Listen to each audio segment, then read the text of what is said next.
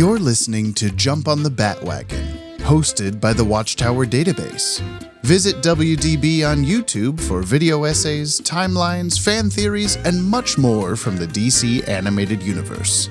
And now, please enjoy the show.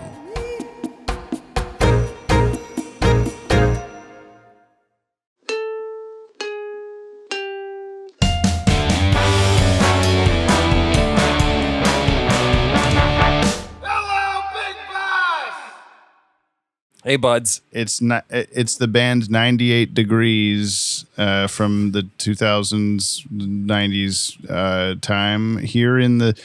It's hot, and Brian's even hotter than me. Only because of the ambient temperature, though. It's one of those days where the children have been so loud today, and I had to take a siesta with them to Costco, which is the only place with a cart where you can put two babies in the cart that I could think of. Yeah, like a break. Spanish for isn't it like a little bit of a break? I thought it was like a nap. Is it like intentionally a nap? Is a little. It's a colloquialism. Let's see here. Well, let's test. Oh my God, siesta. I can't. A short early afternoon rest or nap. Yeah, sure. I'm using it to instead describe going to Costco with my children. But it's basically the same thing. Costco is just famously so relaxing and calming and quiet. They did pretty well because Riley's just looking around going, wow, at everything. And Aaron's just eating goldfish. So it worked out. They weren't screaming. I would eat so many goldfish right now. Like the real thing or the cracker? I mean, they're both real. No, the crackers are imaginary. They've never been here and they never will so be. you can't gain weight if you eat a whole package of them, right? 0 calories, yeah. I'll be right back. Because you're just thinking about it. It's been the sleeper snack for a bit. I used to eat just handfuls of goldfish at a time while playing Apex with my friends. Yeah. And then I mentioned that one time, and Eric, my friend Eric, I think you've met him, maybe. He was on there going, I've been forgetting about goldfish. I've been sleeping on goldfish. Yeah, he started eating goldfish the next time we were playing. There's so many crumbs in your bed. Yeah. Well, am I playing Apex in my bed? I wasn't. Well, he said he's sleeping on them, so I assume. Oh. Wow, it's just went right over my head. Yeah. This is the podcast. We are not going to be witty today. We're going to try. Yeah, we're tired. We're hot. And it's not going to get any better. If you find us trailing off and then not talking for a good 30 seconds. Yeah. Plus today I had, many of the listeners have probably seen it, but I made a post about how we have had our second video of the week demonetized on Watchtower Database, and it's been extremely frustrating.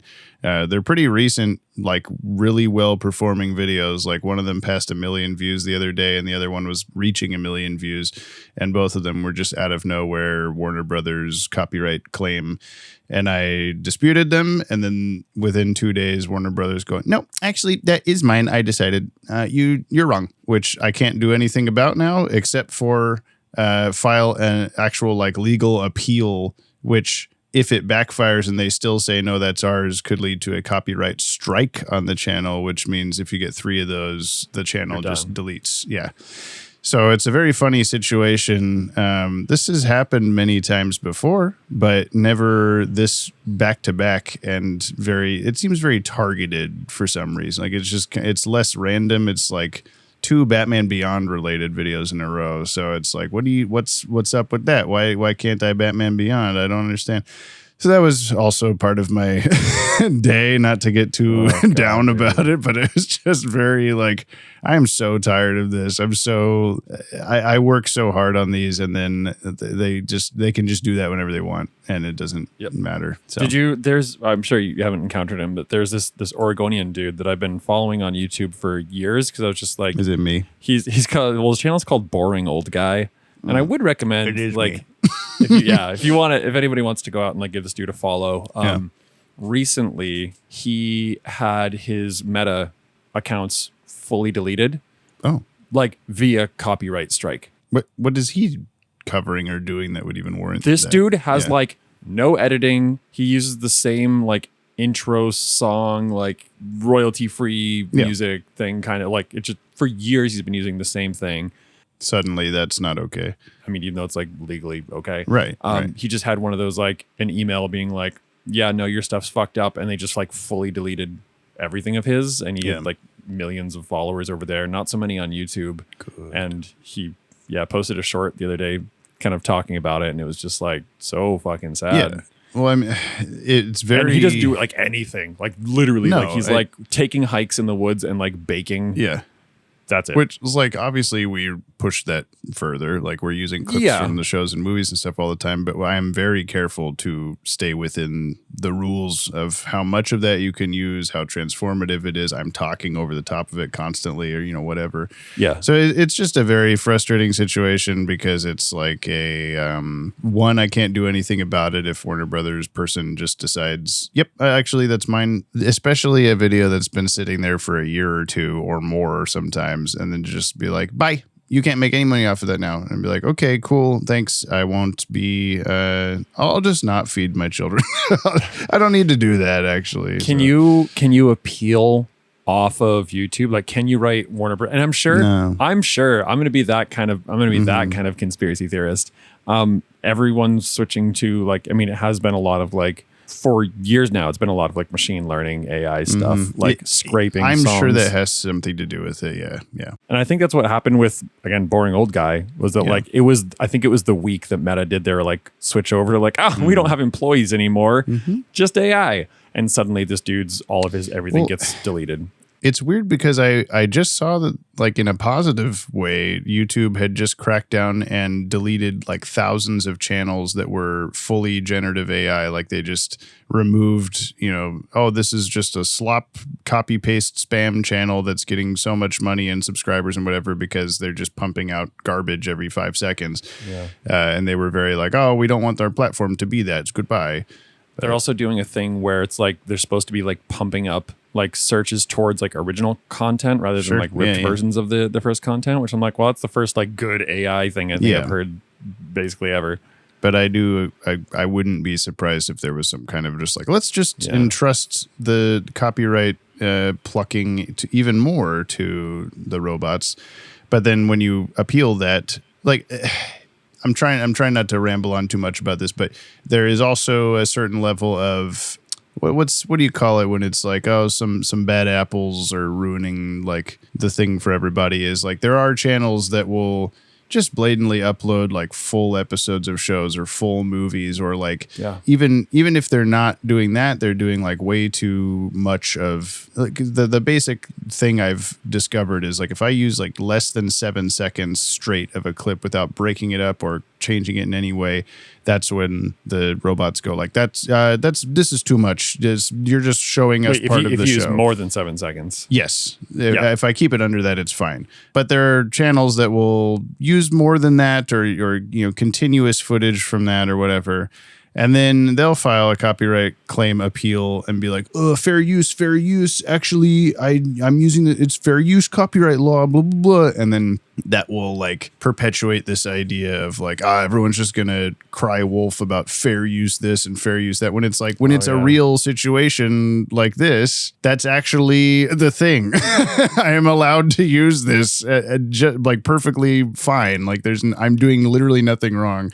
It's very frustrating. No, I get it, dude. I get it. We're here for you. Thanks. Yeah. Well, and I included on this thing, like, obviously we haven't put out a video for several months, but I'm always working on stuff in the background. And if anyone listening would like to, most of you listening support the channel in some way, whether it's buy me a coffee or Patreon or whatever. But if you're listening and you haven't, please consider doing that. It's very helpful, even just a couple dollars or whatever.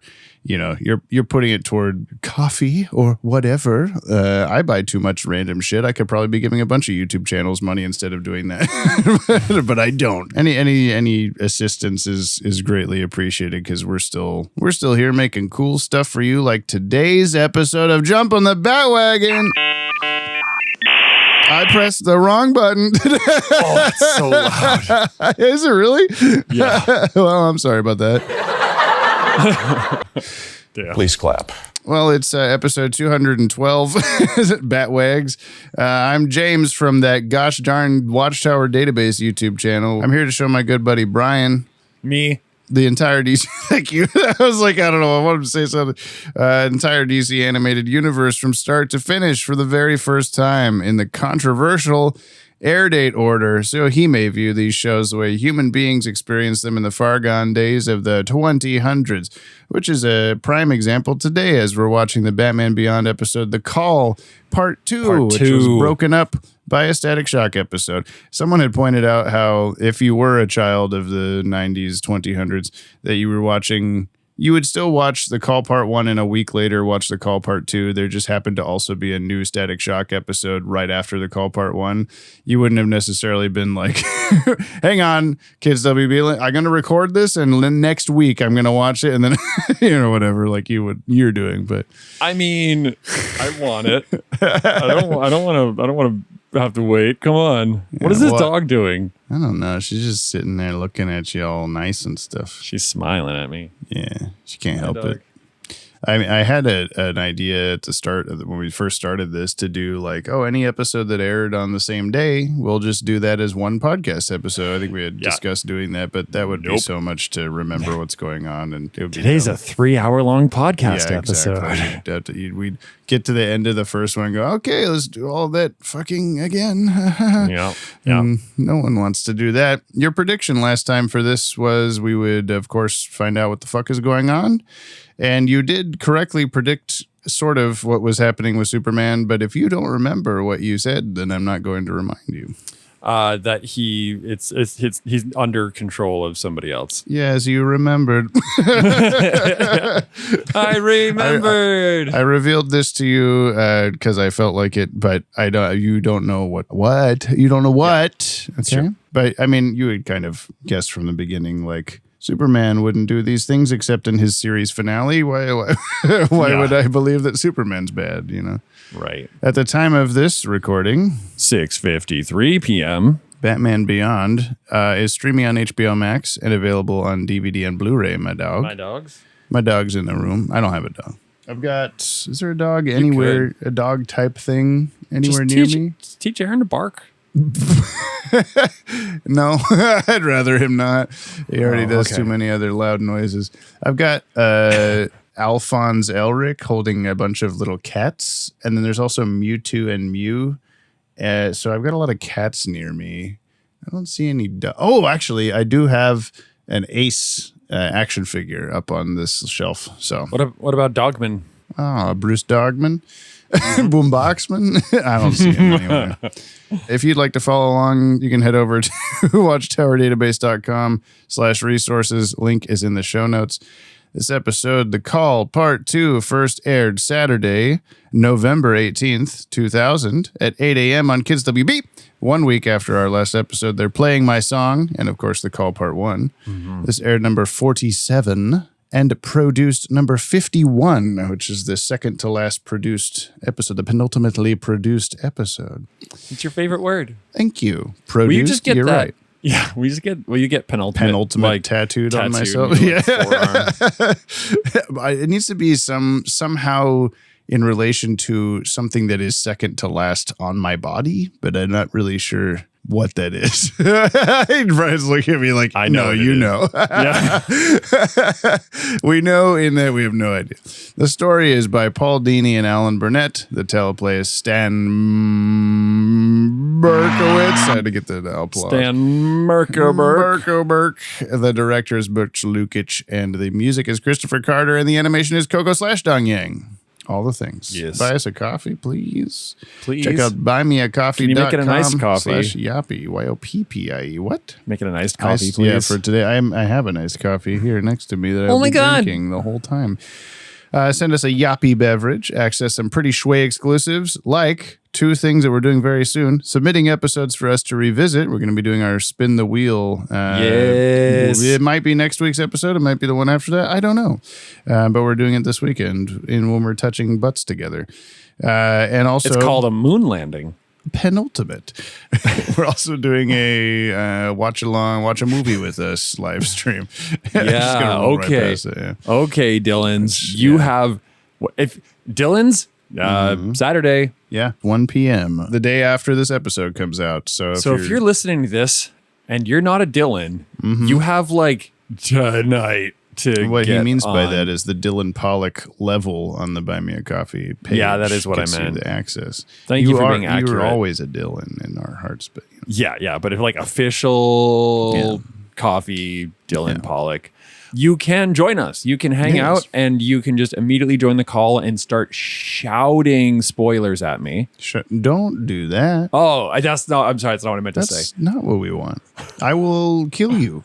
Not just ban you from the call, I'll murder you. Is this a spoiler equals ban kind of ruling? I think so. Yeah, actually, we gotta have some kind of. I don't know. I think the Dylans are good enough people. I think the Dylans Dylans are good enough. That, but I'll just deny anything that they tell you because I have a good poker face with that kind of shit. I'm really good at you can't tell when I'm like, no, Superman totally not mind control. What are you talking about? What? I thought he was mind controlled. You're right. So convincing. See? I told you. But yeah, go to Buy Me a Coffee tomorrow we do. Yeah. We hang out tomorrow you're Dylan Pollock on coffee. And by the time that you're listening to this at a different day, it's not tomorrow anymore. But if you donate on buymeacoffee.com/Yoppie in any fashion, we'll give you a shout out in an upcoming episode and we'll plug your shit. And we'll do a push up for every $1. So send us coffee for our health and your entertainment. And today's Yoppie Bevs come to us from Levi Church, who is now a member on the Buy Me a Coffee. Let me see what the fuck level they're at because I can't fucking see. It's the Yoppie Dude level, which is 5 push-ups. Thank you, Levi. And we can't see any shit to plug because there's no spot to put that, which is a flaw of the system, like youtube.com/watchtower database. Demonetization. That's what I'm trying to fucking talk about. We should just have a thing where like if you join, DM me or some or like shit. even just like a YouTube comment, just be like, with like start it with like new coffee supporter want to plug. Levi Church is now a member. That's all I get to see. But let us know after the fact. We're happy to plug your whatever. I'm pretty sure want. Levi has a YouTube channel. Actually, I'm going to go find it right now. Oh because I will plug this goddamn shit whether he wants me to or not. So hard. What do you know? It's just called Levi Church. Is the name of the YouTube channel. It is a lot of Ben 10 related videos. So if you're into spoiler redacted. Go check out Levi Church's. I know Ben 10 exists. I've seen Ben 10. Yeah, I think. Ben 10's not I've seen DCAU, so it doesn't matter. I think I've seen some Ben 10. I have seen some Teen Titans, and I think they played like back to back or something. Dan Reba and Stan Berkowitz and Dwayne McDuffie and at least a couple others, I'm pretty sure. We're all involved in a couple of the Ben 10 series that are considered the best of them. I'm pretty sure that's the primary focus of these videos. You just feel so proud of your friends. Yeah. Of course they're the best episodes. Honestly, because of them. I mean, probably. Well, let's do 5 push-ups, shall we? Yeah, for Levi. Levi? Hopefully you can hear my fan really well in the background. Here we go. I got a 1, and I got a 2, and I got a 3, and I got a 4, and I got a 5. Nice and easy on a hot day. Yes. It says this channel creates passionate videos about cartoons, anime, and video games, art, and comics, mostly centered on Ben 10, Sonic the Hedgehog, Transformers, and other animated series. Yoppie dudes, go support your cohort friend. Yeah. Also, Levi's just been part of the Watchtower database community for fucking forever. Wow. So please go do it. Thank you, Levi. And now we answer the call, the clarion call, evil. Okay. Who is controlling Superman? Mad Hatter. Final answer. You said that last time. Okay, that's your final. Okay, all right. That you said final answer. Okay. Mad Hatter. Final answer. I only made contact with him for a second, but I got such a weird feeling. It was that thing on his chest. It had to have been. If only I had another second or two. The kryptonite was 2 inches from my hand, but I hesitated. Why? The guy's the greatest hero who ever lived. One of the greatest. I figured there had to be another way. But now you know better. There's nothing about him on the news. No sightings. Bet he's gone to that fortress of his. That would be logical. But what good is that to us? How are we going to fight him if we don't know where his fortress is? I think I can help. You know where the Fortress of Solitude is? No, but I know someone who does. Batman Beyond will return after these messages. Batman Beyond now continues. Same thing again, twice in a row. Same thing again. Call part 2. Same thing again. Call part 2. Same thing again. Same thing again. So it was not the same thing again. It was very different. It had a starfish. It was very different. I was time for the synopsis, in fact. Synyop, synyop. If you're wondering, synyop, synyop. What you just watched, synyop, synyop. Take a listen to the synopsis. The short summary, which is sometimes kind of long. It's so nice. Listener, that's your moment of zen. I hope every week you listen to that and just like sit down, take a breather, listen to the song. It's like peace incarnate. It kind of like gets you chilled out for the rest of the podcast where we're screaming. Yeah. We both did that same joke. The same thing again. All right. Yeah. Please tell me what happened in the call parte dos. Okay, so it turns out, you remember in Alien, there's a chest popper little, chest burster. Chest burster. But it's one of the Starmies from Pokemon. Chin Pokelman. I don't remember what they're called, but I remember I saw them on the Suicide Squad movie. Starro is what the colloquial. I've said that twice now this episode. It's my word of the day, I guess. Oh, it's what the kids are saying. Starro, that's his penultimate. That's what they call him. His penultimate name. The ultimate name of him. Yeah, so we got an Eggy Wrinkles cameo. You did. Hold yes, on. I was so excited. You said, please, Eggy Wrinkles. And then like a couple minutes later, they did the flashback to the main man and Eggy Wrinkles popped up and I was just going like, woo, woo, woo. You're Eggy Wrinkles. Yeah, let me try to actually synop rather than just saying things that I liked about it. Yeah. So we get a Starro has taken over Superman. They go to Superman's Wank Palace. Turns out the Starro has broken out and taken over Superman for quote years. Years. This is a Come questionable thing. Years. Yeah, we'll talk about it. Years. I'll just mention now. There's so I don't forget. There's a special feature where there's like a little round table of Bruce Tim Baldini, I think Will Friedle and Alan Burnett, someone else who's there. And they're just talking about like the kind of, well, I'm sure we'll get to them, but the kind of like squint your eyes plot holy shits in this episode. Yeah. And one of them is, the like years. He's been on him for years. And Bruce Timm's like, I wish we had not said years, like, months or weeks or something like that. Or just a while. Yeah. Not specify at all. Because it implies like, first of all, Bruce Timm remembers incorrectly in that Superman is wearing his original costume in the flashback where you see Starro first jump onto Superman. And so he's like, I wish we hadn't have said years, because now it implies he's like, it's been on him for like 40 years. What the fuck is going on or whatever.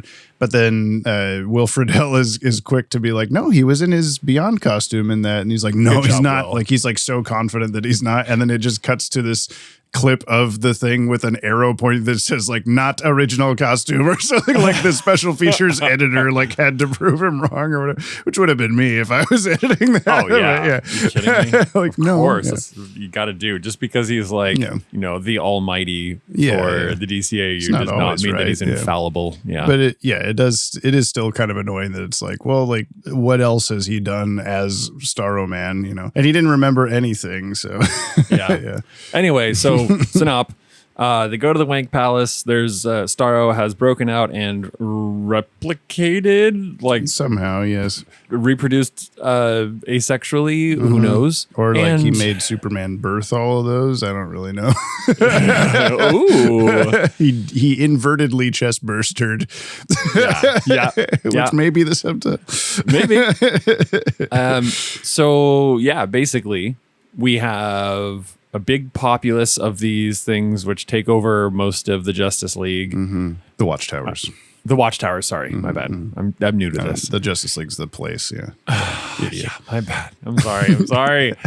And get most of the members of Squad. There's a big old battle, and good triumphs over Eagle. Eagle? Yep. Hey, there you go. Yep. That's what we're going with. Yep. Good triumphs over Eagle. And then Batman walks home from the Arctic at the end. Yeah. More than you think, son. I hope he remembers that the Batmobile is broken and he cannot go away. Yeah, we were making jokes as soon as it ended. Of just like you said, oh, you know when you like walk away from a date and you're both going the same direction, and you've already said goodbye. Yeah, it's like, oh, I'll see you guys later. Can anybody fly me home? Remember when Superman literally ripped my ship in half and it doesn't fly anymore? Yeah. He fissioned a wing off and exploded the rest of it. Yeah. Also, I wonder how Superman feels about all of his friends knowing where his wank palace is. Mm-hmm. It's like Bruce Wayne explaining later, like, well, you know, the starfish on your chest was going to destroy the world, so like I had to tell everybody where the Wank Palace was. We had a bond. Only you could visit the Wank Palace. We also don't know why Bruce Wayne knows where that is. Another one of the plot holes. Yeah. The official synopsis: Batman must go up against the traitor within the JL ranks, which will have lasting repercussions on Batman and the JL itself. Will it though? What? Are the lasting repercussions that they now know where his wank palace is? Yeah. Yeah. I was going to say, like, don't trust him or something, but yeah, that is the only lasting repercussions. You know where the ice hole is now. Also, why does Superman have robot Supermans? He had them in Legacy. Remember, Supergirl was like controlling a robot Superman, pretending to be Superman. You're right. But my question has always been, why don't they look like OG Superman? Why would he purposely at some point scrap those and build old man ones? Like, I look like this now. Jamie, have you ever played The Sims? Actually, no, but I've watched many people play. Oh, okay. It's just that. He's just playing like, he's playing dressed up with this little imaginary home. His me of himself, yeah. He's and he's editing his little character. Got to add cheekbones and white in my hair and different costumes. I'm gonna just bring him up to start with. How the fuck did Warthog survive? He said, "I wasn't in the armor." It was his excuse. But we see the armor close around him. Mm-hmm. And he's even in the previously on Batman Beyond, they like show him like hugging the missile and the plates go over his body, and he's like, actually, remotely, I was remote controlling it from a different place. Okay. Teacher, another big question: why did he wait? Any time at all dramatically, to tell his friends that he's not dead. You should have shown up the instant they were like, "Oh my God, he's dead!" in the middle of the city, and he's like, "I'm just gonna stay over here." He just like looks up from his milkshake, like, "Huh?" I guess. What? I guess you could say, because he says he was like suspicious of some shit, that if he needed to keep his distance to see if any other if any other shit happened. So in my head right now. I know. I'm gonna play. Hold on. I need to play it in the background so people can't hear. Oh, there's a 10-hour mix. Bet. Yeah. Fuck yeah. I can't even hear it. Nobody else can either. Yeah. It's not going through the microphone. Just my headphones. I will never know if Brian isn't playing it. Bum bum bum. Go on, Jamie. This won't be distracting at all for you. You'll have a great time. Where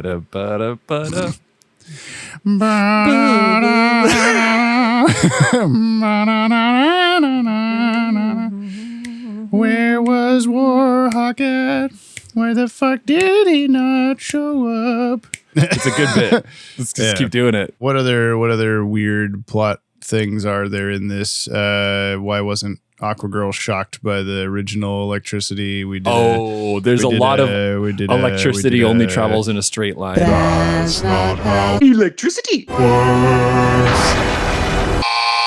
What the heck is up with that? Not even a segment this time. It just happened a lot. There was a lot of electricity. That first of all, Batman shocking the Superman Starro with the like claw from the Batmobile. He's like, you can watch the electricity travel down this like 12-foot long string. And it's, like in real time, the camera can pan slowly to follow the electricity, which, whatever. It travels about a foot a second, maybe 2 feet per second at best. That's it, like real electricity. You know when you plug something in across the room and you have to wait a second. Yeah. But you see the electricity travel across the wire. Yeah. You can tell. Melts your dog or whatever. Yeah. I don't know. None of this took me out of it enough. The Warhawk one is the most egregious of like, why did he do that, or how is that actually possible? The thing that's like when I first saw this episode, I don't know why this happened. I must have I got to the episode late, like a couple minutes late as a child, and I remember like turning on the TV and, oh fuck, it started, kind of a thing, and seeing like the first thing I saw was Warhawk sitting shirtless in the Justice League, the Watchtower, getting his like wounds tended to or whatever. So this is after they've already confronted Superman and had the reveal that there's something on his chest, and Warhawk's already explained how he came back bullshittily, and none of this, I missed all of this. So I just saw like, oh, Warhawk's alive, I guess. Well, they must explain it in the part that I missed, and then when I finally got the DVDs years later and got to watch the first like 3 minutes of the episode, I'm like, oh, no, that doesn't make any sense at all. Yeah. I wasn't in the what the fuck you weren't? What are you talking about? So, yeah. I have a second armor with also skin in it. And eyeballs and mouth. Yeah. It was I think everyone's expecting that we're going to spend too much time on this part. but you know. Yeah. I mean, it's something that like there was a surprising amount of things that you had to, suspend your disbelief on. And I didn't love that. However, it was a great episode. Yeah. Like I said, that's the only one that's really like a actual, what the fuck, what do you mean kind of thing. The rest of you can kind of like pass off as whatever. And yeah, it doesn't ruin the episode. It is a very good episode. I think like, because we'll get to the top 10 of having to combine part 1 and 2 to decide if it goes on the top 10. But I definitely appreciate that the first episode doesn't give you any hint whatsoever as to like why something would be happening. Like there's not even like I don't know, some kind of, Superman left some goo behind or some shit like that. Like there's no telling what, like of course he's being controlled by a starfish alien. Why didn't I guess that or whatever? And this was, of course, my introduction to the Starro creature. I would have had no guess that this would be a thing. I mean, the problem too is like Superman's got a form-fitting suit and you can't see this 3 foot wide. That is the liberty you have to take, I guess, is that Starro typically, like with all the rest of the guys, just attaches to your face. And if he was just on Superman's face the whole time, why is Superman a traitor? What's on your face, by the way? Why is there a starfish alien on your face? Don't worry about him. I'm just Superman. It's fine. He's just trying to pass off, like turns around in the first episode and there's a Starro on his face. Superman? What the fuck is on your face? I think there's a traitor. Hey, Batman Beyond. I need help here. Can you Batman Beyond? I'm totally a guy. I'm Superman. I'm Superman. I don't know if you can see me. I'm wearing a mask. I need help. There's a traitor COVID-19 somewhere. really fucked us up. And got really oh my God, that would have been such a good, I should have thought of that. During the COVID lockdowns, make a Starro face mask. That would have been awesome. That would have been way too much money, but we did a Starro video a few years ago, and I'm sure I've shown you the prop before, but we had a guy on Etsy make a Starro that is like has kind of some little joints in its arms so that it can wrap around your face, and then I tape it to my face. Yeah, I'm pretty proud of the effects in that one. There's a couple shots where people are like, "How did you do that?" Still, and I won't reveal the secrets. I just say computers every time. Yeah. Computers. I did it with a computer. Stop all the downloading. That's what Starro was really upset about. It was piracy. Yeah. That's what he was trying to get out there in the world. No, I'd say he's pro-piracy. Yeah, I guess so. He's illegally downloading everyone's minds. He's illegally downloading Superman. You wouldn't download a Superman.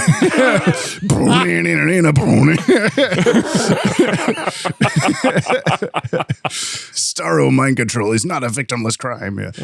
Oh my God! Wait, is this writing itself? Hold on. I think so.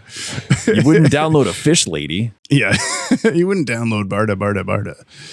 I do like how much Superman the Animated Series callbacks there are in this. There's the robots, there's the Eggy Wrinkles flashback, there's just going to the Fortress of Solitude and seeing all the other animals in the cages. Like, oh, it's like the other things that you remember, sort of.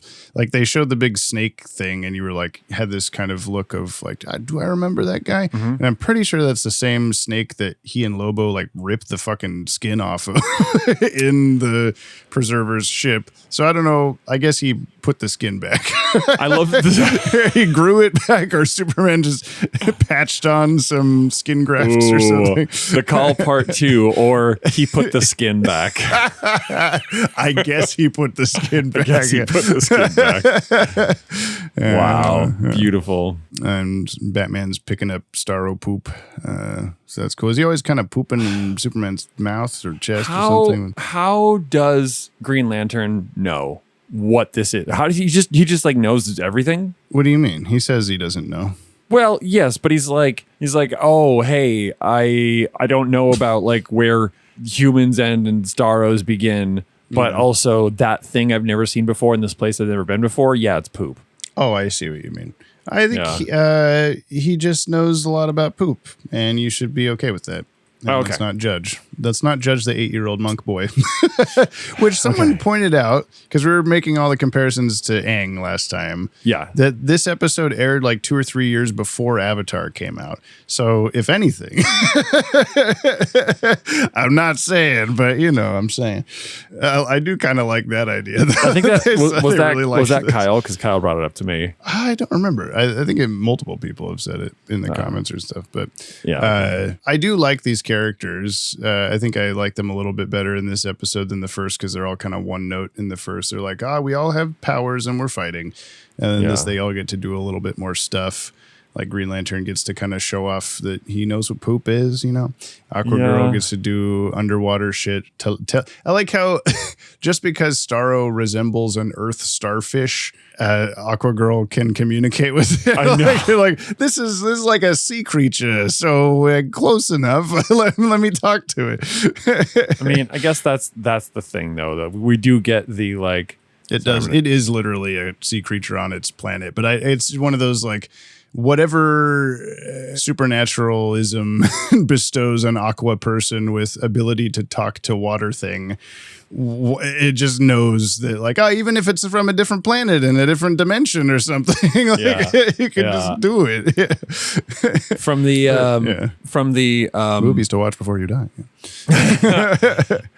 Tim Burton. Tim Burton, yeah. From the Tim Burton universe. It was a very like Nightmare Before Christmas mountains. It didn't look like it. And then she's like, show me where you're from, Starboy. And he's like, Nightmare Before Christmas. Yeah, he's got a lot of I mean, I do like that design or whatever of the world, and I'm pretty sure we saw well, like, so we did see Starro for like one shot in the Main Man among all of the creatures in the, not in the fortress. We don't see him like blatantly in there, but it's in the Preserver's ship.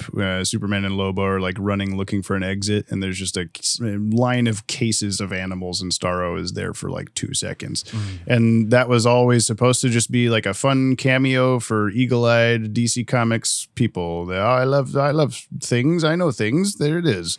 But then when they needed to like a story for this episode, then they decided like, oh, we should actually use that because there's already a setup for why he would be there. It's very easy.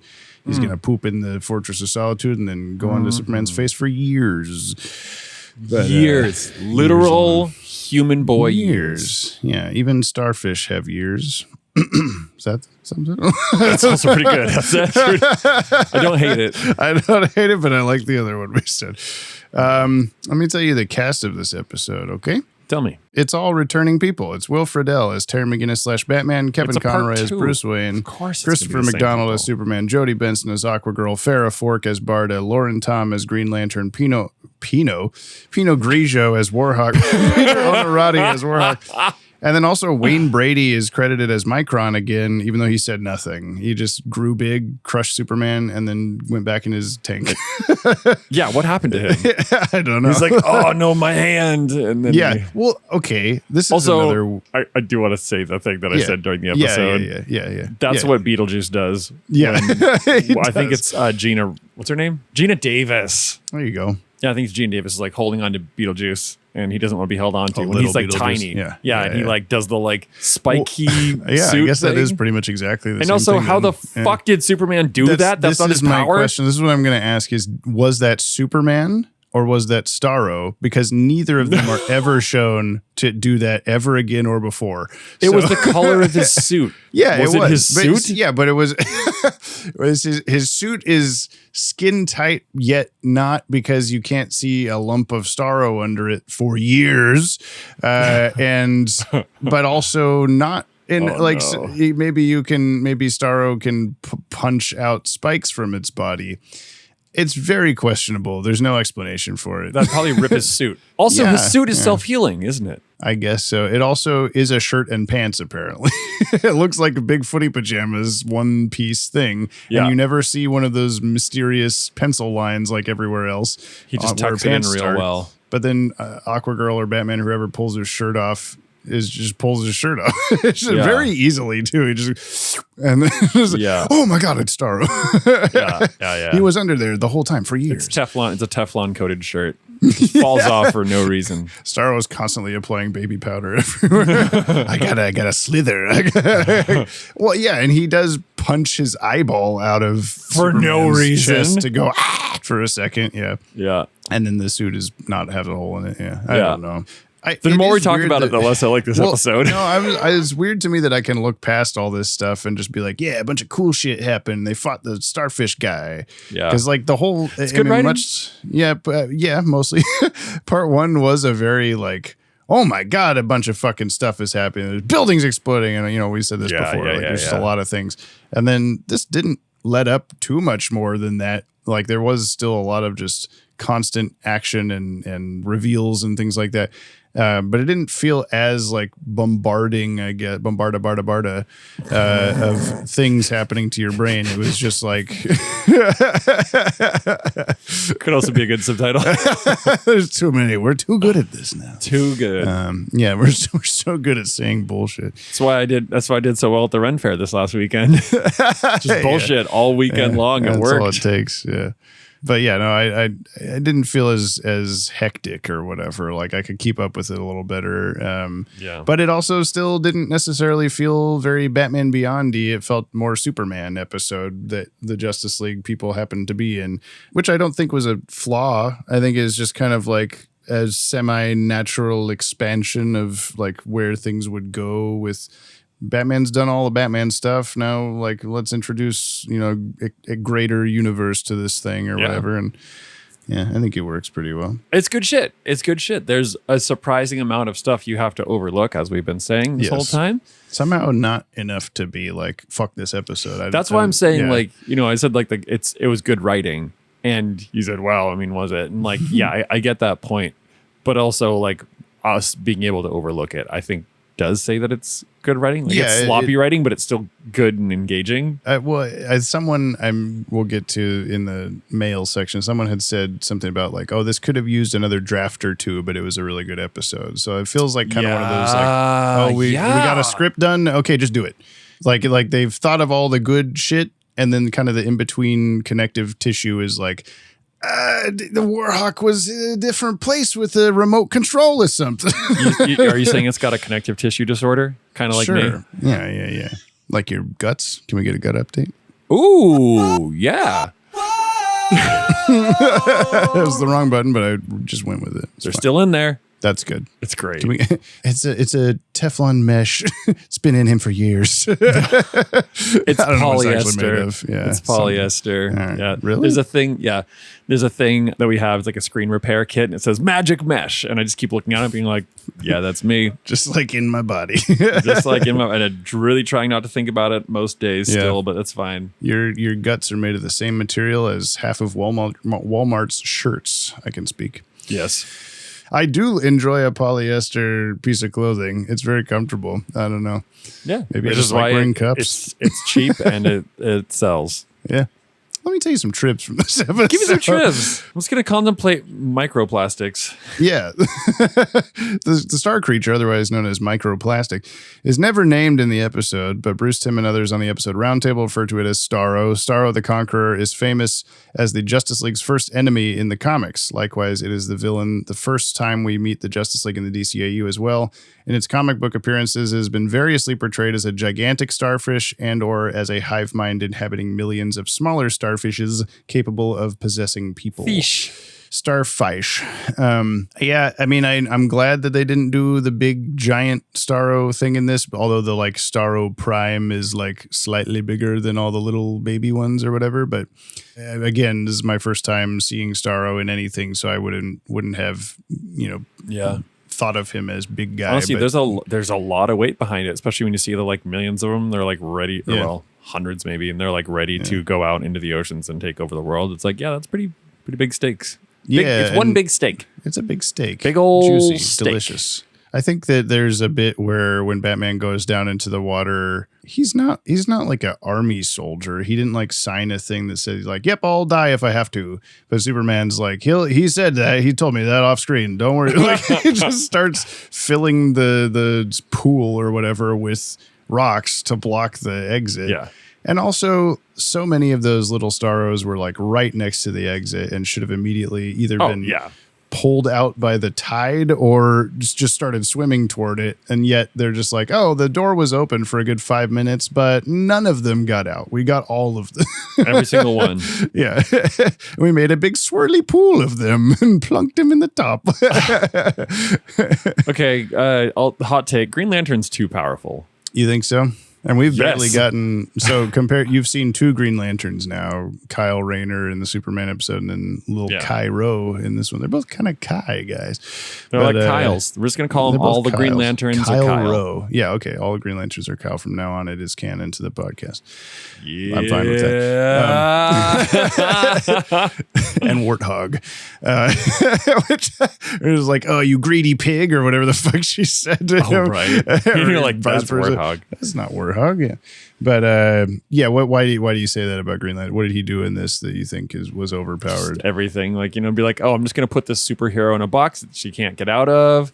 Oh, I'm just gonna make this another box. I'm just gonna get this. I'm gonna make this tank full of the Starros and transport that to the other place. I'm gonna do this. I'm gonna make a.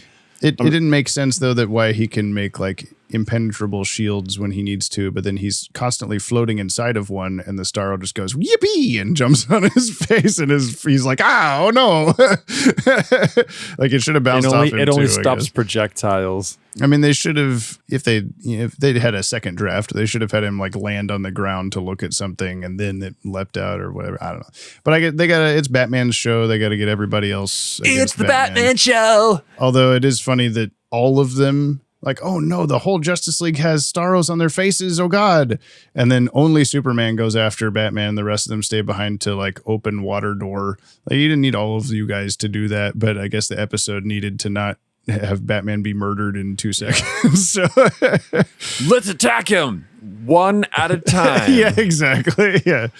When Starro first reveals himself and right before Superman uses his heat vision against the League, he becomes translucent for a frame. Did you notice this? No, I didn't. This is I think, the product of there is a drawing of Superman with heat vision off and there is a drawing of Superman with heat vision on, and they fade between the two, but without a base layer. And so the halfway point is just 50% transparent between both of them. So you just get this little blip of like off on, like Superman just turns off for a second before his heat vision happens. Happens to me too. It's fine. It does. Yeah. Whenever you activate your heat vision. Perfectly natural. In part 1, the glow that Green Lantern emits only surrounds his body, but in part 2, it covers him completely.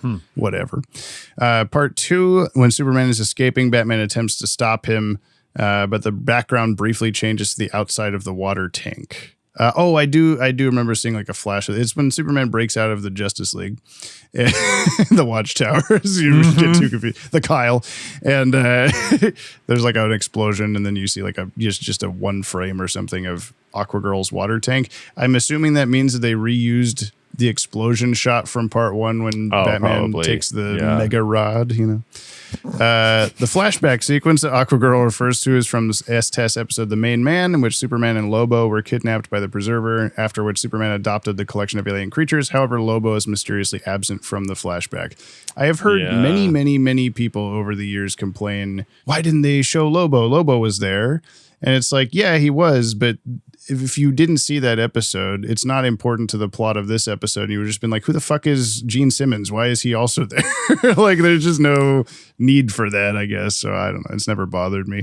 The only thing that's weird is that in the original episode, Superman like can't break out of his glass or whatever because there's a red sun thing. So he has to get the attention of the space rhino. Like, come over here. Yeah, blast me out of here.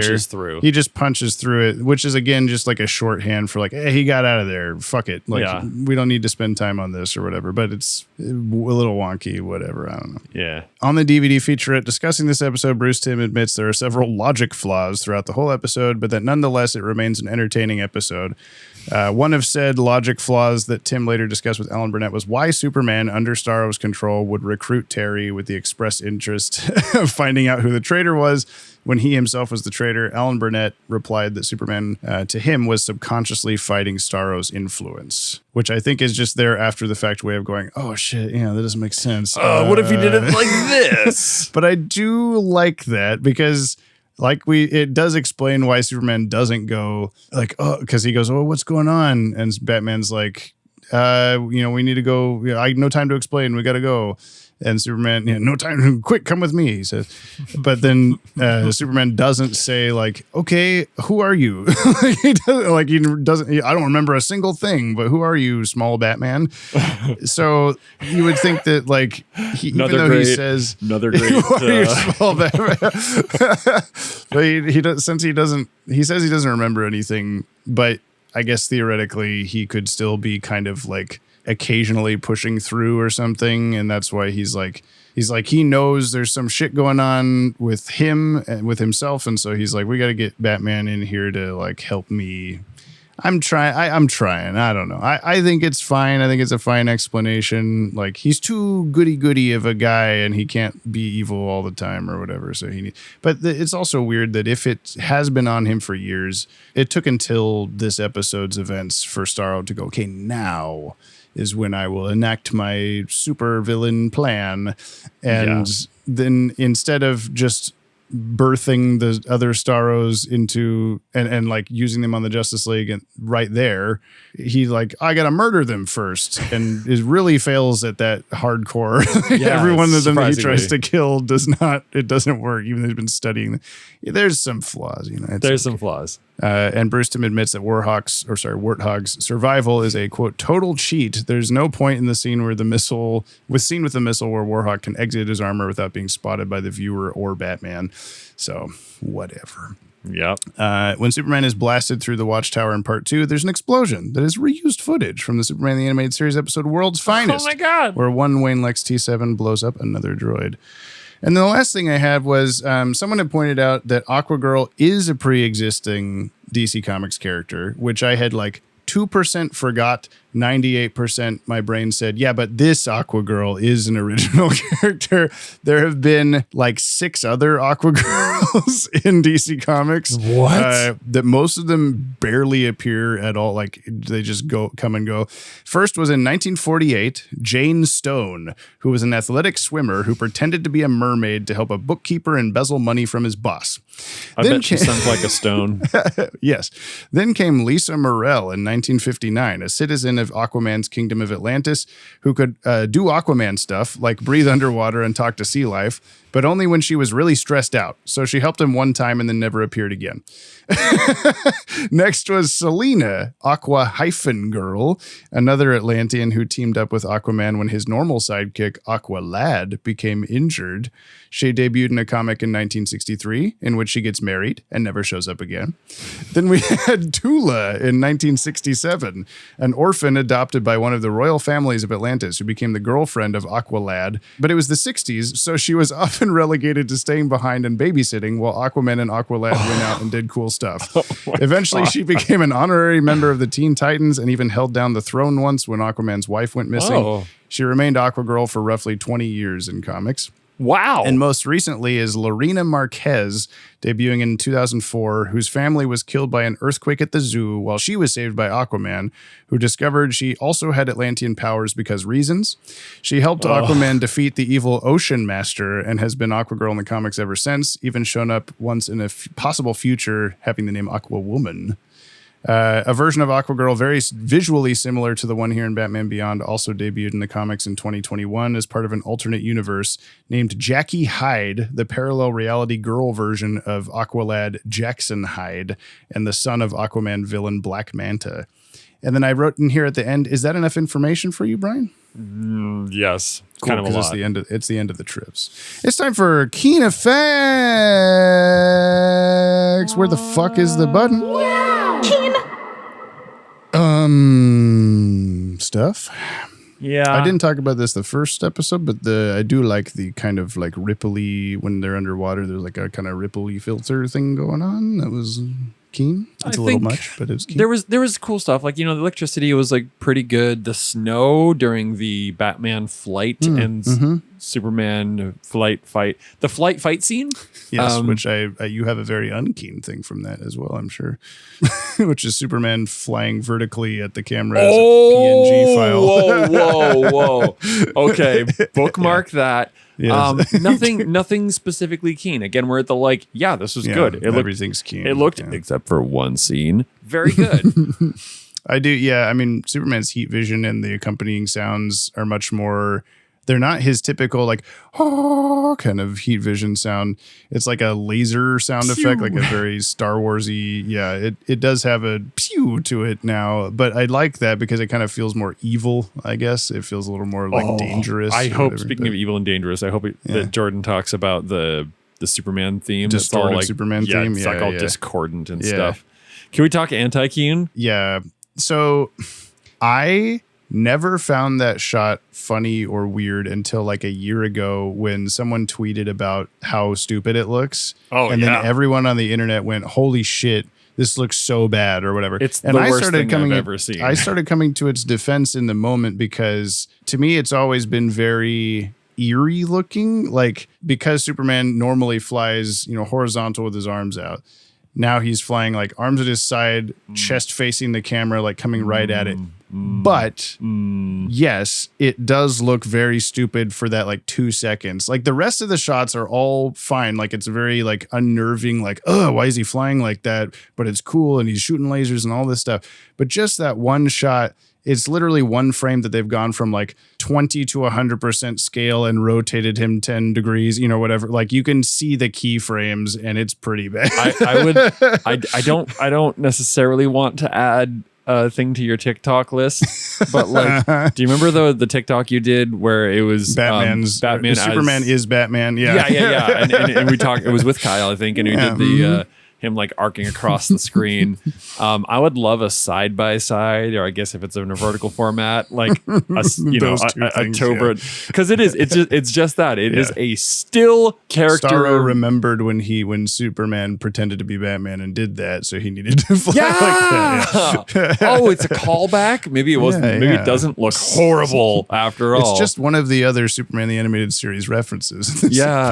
Oh wow, man, we all really messed up on that one. Yeah. Sorry. Yeah. You didn't realize. Yeah. It was just that was distractingly bad. Yeah. It feels like one of those things where they just had from the moment that keyframing stops to the end of the shot, and they needed this needs to go longer. And so they like reverse engineered, rotated him backward to start the shot. Why don't you put him in his flight posture? Because they're like that part I like. That part I like. They're like, how fast does this Bat-Wing go? Mach 3. Yeah. And then you like zoom, the camera pans over to Superman, like standing perfectly still, up straight, like Mach 3 into the face. Yeah. In like basically T-posing. Yeah. He says, is that faster than the speeding bullet? Which was fun. That was great. Also, would he have known that? Yeah, it's a good question. That's like the third or fourth time now that someone's referenced the like more powerful than the locomotive, all that stuff. Yeah. It's kind of a question mark of like, so did the Superman radio show like exist in this universe? What's going on? Why does everyone know this quote or whatever? But yeah, no, I really like Superman flying that way because it's unsettling and weird. And even if it seems goofy, it's like, because Starro, maybe like, I guess he would know how to fly normally because we see him flying normally. Time. Yeah, but it's also just a very creepy, like the Thing style. Like they're in the Arctic. It's just like a very weird, unsettling thing. But then just that one shot is just so bad. I'm sorry. Here Jamie goes trying to defend on leather wings again or whatever. I don't think I'm defending shit. I think it's cool. I think everyone else thinks it's cool too, and you're wrong. I don't think there was any CGI in this episode that I can, other than that shot, the keyframing Superman. So nay, I guess CG nay. CG fucking nay. Yeah, sorry. The call part 2. From the Fandom Optimists podcast, it's Jordan Blumen's Musical Minute. Give me this. I need it. Hey, music. You need it, you say? Okay, well, here it is. Now over to the Musical Minute for the call, part 2. So the fight scenes were cool. Yes. I can start with that. There's that kind of creepy melody. The melody didn't stick in my head very well, so I can't hum it. Maybe that's a bad sign, but it did good at selling the kind of unnerving nature of the Starro thing. Was that Starro? I assume that's Starro. But yes, the sort of creepy melody that plays when we're revealing the backstory of Starro, when we first see Starro, it's kind of just a choir thing. You know, it's spooky. It was good. Yes. I can't hum it, but it was spooky and good. And the only other like really standout thing to me was the Superman theme playing super wrong as Superman flies perfectly upright. Yes, and shooting lasers and stuff in that really creepy, stilted flying way. Very effective use of this discordant, broken version of the Superman theme that's just all kinds of wrong. Never apologize for loving your fandom and try to stay optimistic. That's like honestly worth if it's not going to get a copyright strike, like playing a little bit of here.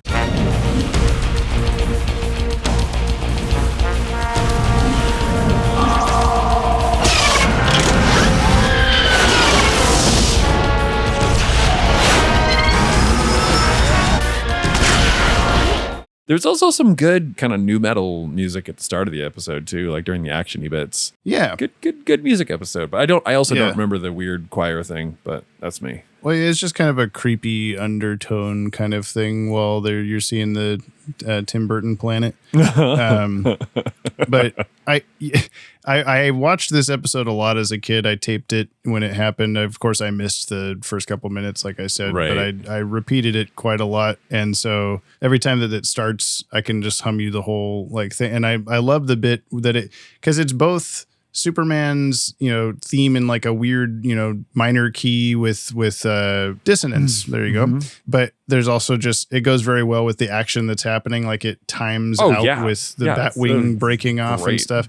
Like it has, or a Batmobile wing is what I mean. They're different things now. Where like you hear the like da da da da da da da da da da da da da da. As soon as he blasts off the wing, and it's just a very like effective thing. Yeah. Where is Clayface in this episode? He's on everyone's face. Oh no, he couldn't be Starro. He disintegrated. He has to be underwater a shit ton. Yeah. Did we say that he was Eggy Wrinkles? No, but I think we should save that for something on a different segment.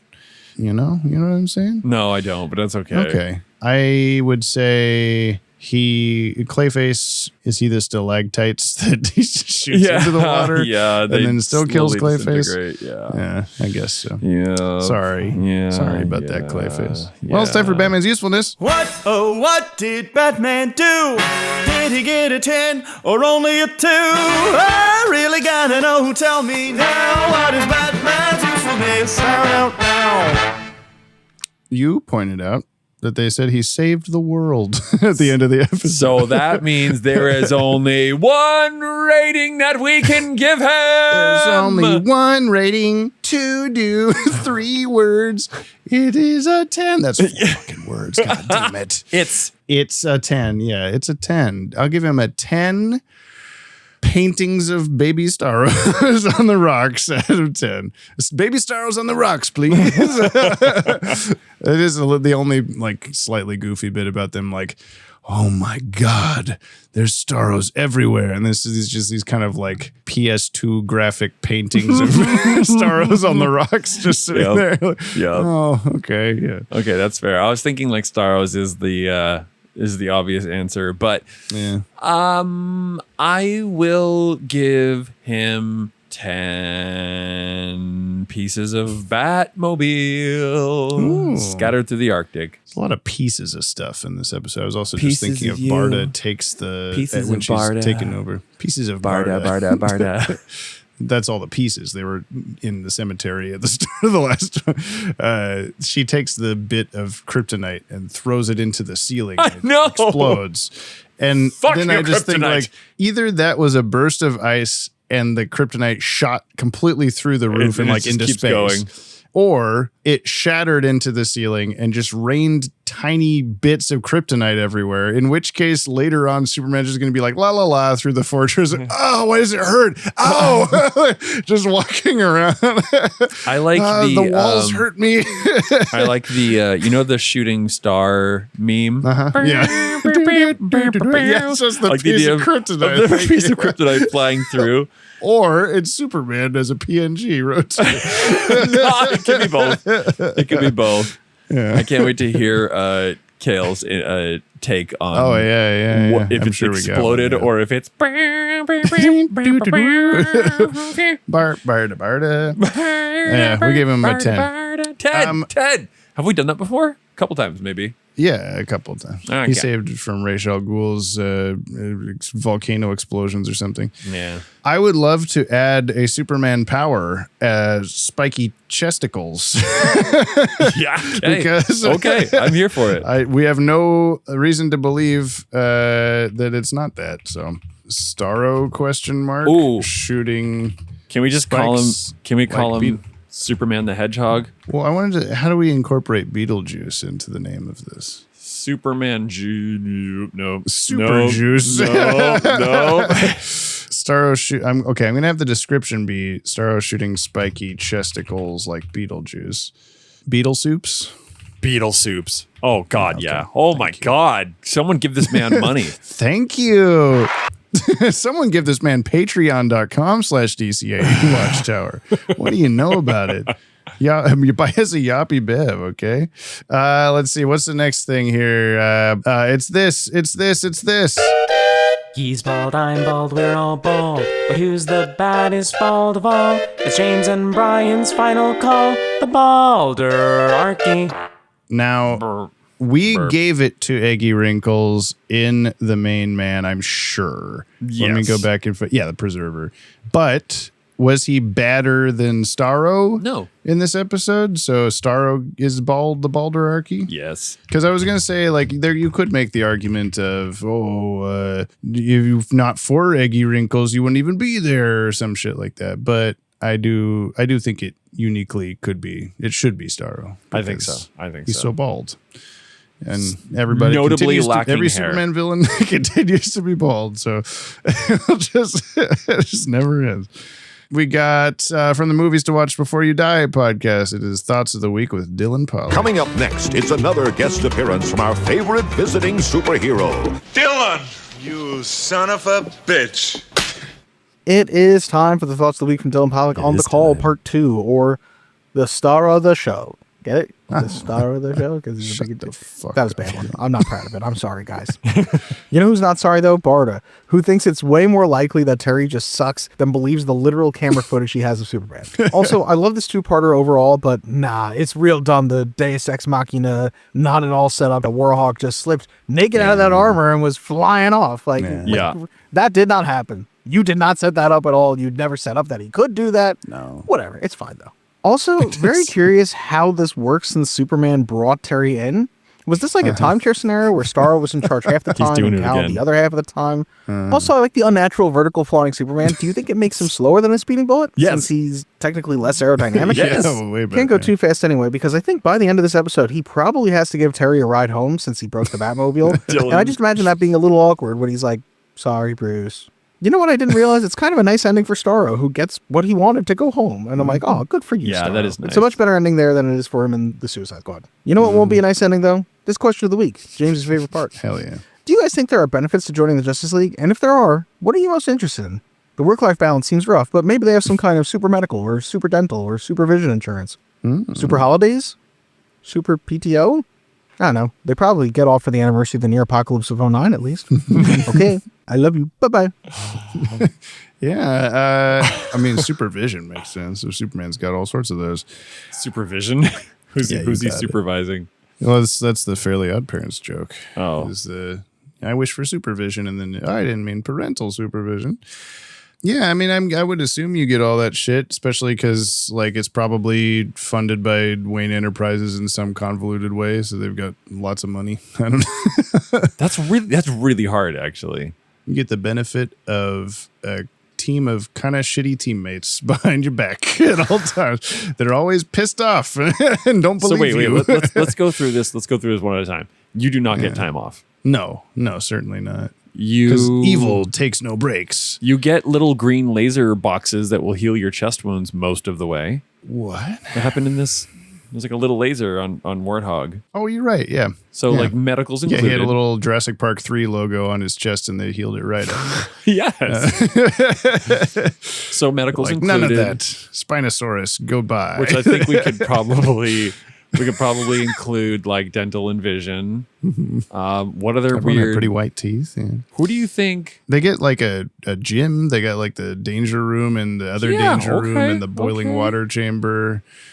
So yeah, you get gym health benefits of that kind. I would just like to point out something else that Dylan brought up, that Starro got an actual like happy ending. That was very surprising, but I liked it. Yeah, I mean, and I love that. So my weird issue with that though was that Superman's like, oh, well, he didn't mean to do it. We can't just kill him. But earlier in the episode, he's just like choo choo choo and like lasering the stars all over the place. And he's did like, they die or did they not die? Like when when Green Lantern was like plopping them into this little Green Lantern cup.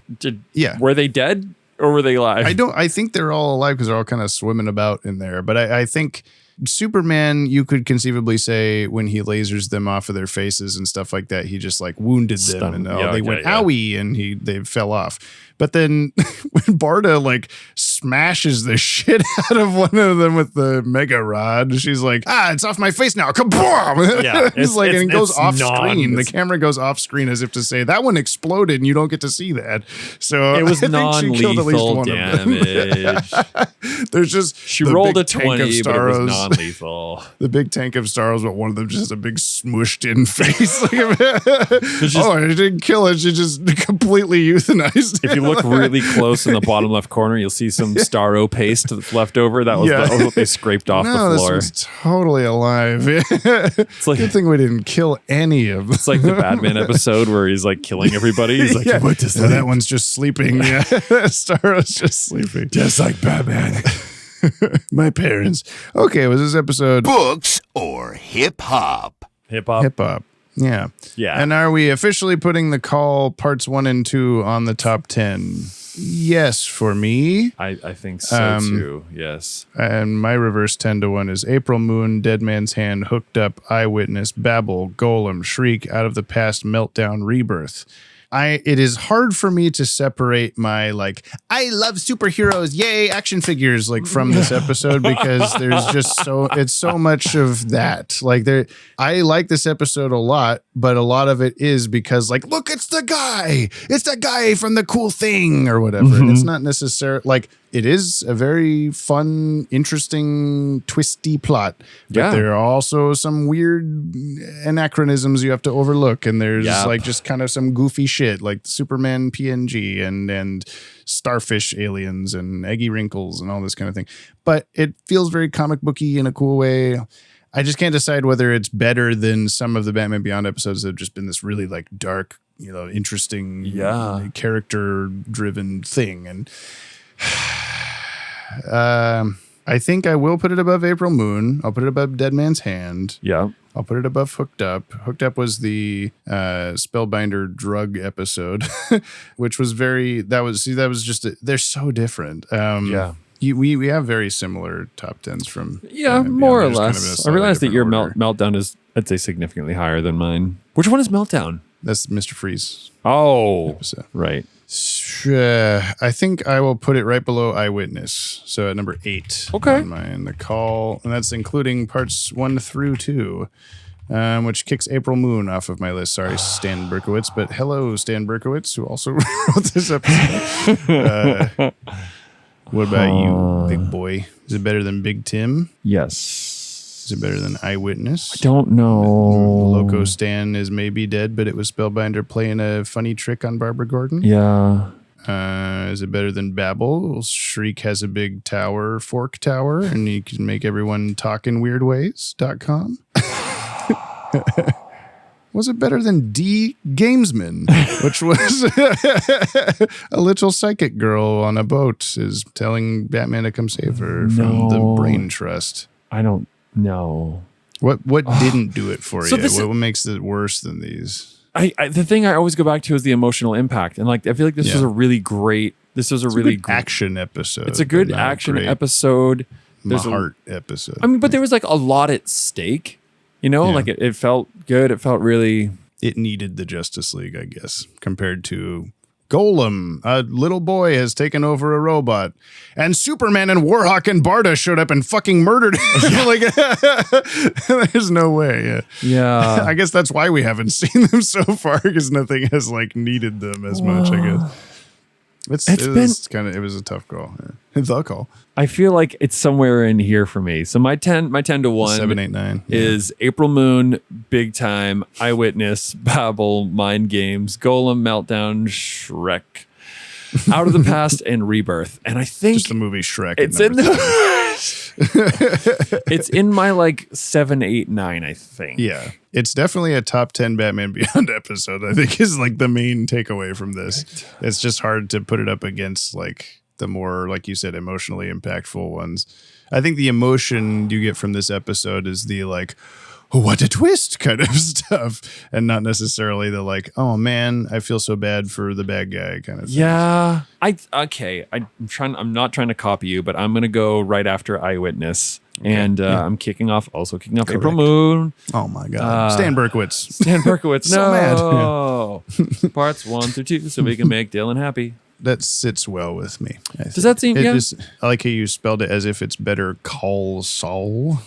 Is that what you were doing on purpose? No, I was doing it. I was doing it because that's like, hold on, before I say the wrong thing. What? That's not what I was.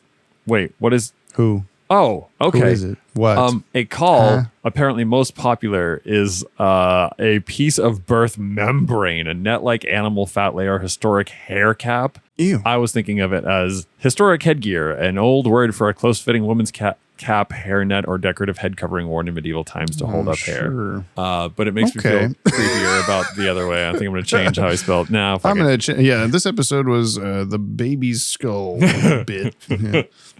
Okay, look at us. Yeah, look at us put it on the top 10. It was inevitable, I think. I think so. I'm glad that you also feel like pretty good about this episode, because it's kind of like I had said before, it's sort of a preview of like what the Justice League show will kind of feel like all the time, where it's just like a bunch of fucking big shit going on. Big shit. And everybody involved with it is an over the top overpowered character that you have to kind of try to just you have to be okay with how stupidly powerful they are and why could they possibly not ever just beat everything ever. Yeah. But Okay. Let's do the mail. We're going to come back and tell Brian the name of the next episode. Dude, tries to guess what it's about. Let's do a mail.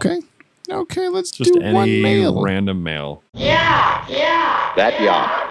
That one small extra yacht put it over. We drop what we drop? Our weekly yachts. Oh yeah, those. Into the comment box. First. There sure was a lot. Now Jamie's mad. Too bad we're all. At least I am. Just Starro.